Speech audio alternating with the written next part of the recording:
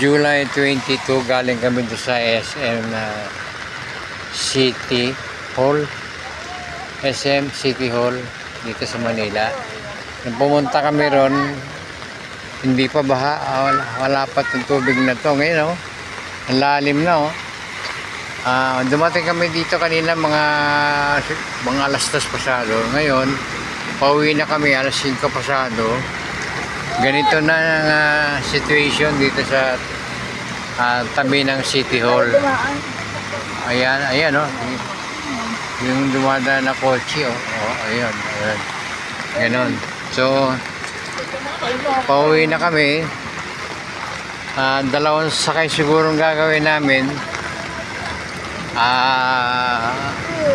Sasakay kami, bababa kami sa Carriedo para sumakay ng LRT papuntang Quirino.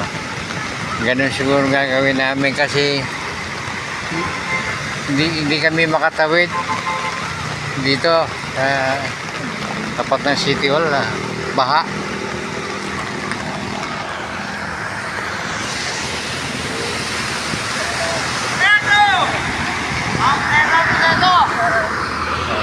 Ano daw?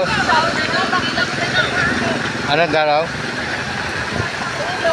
Oo. Jeep. Sige, sakay tayo.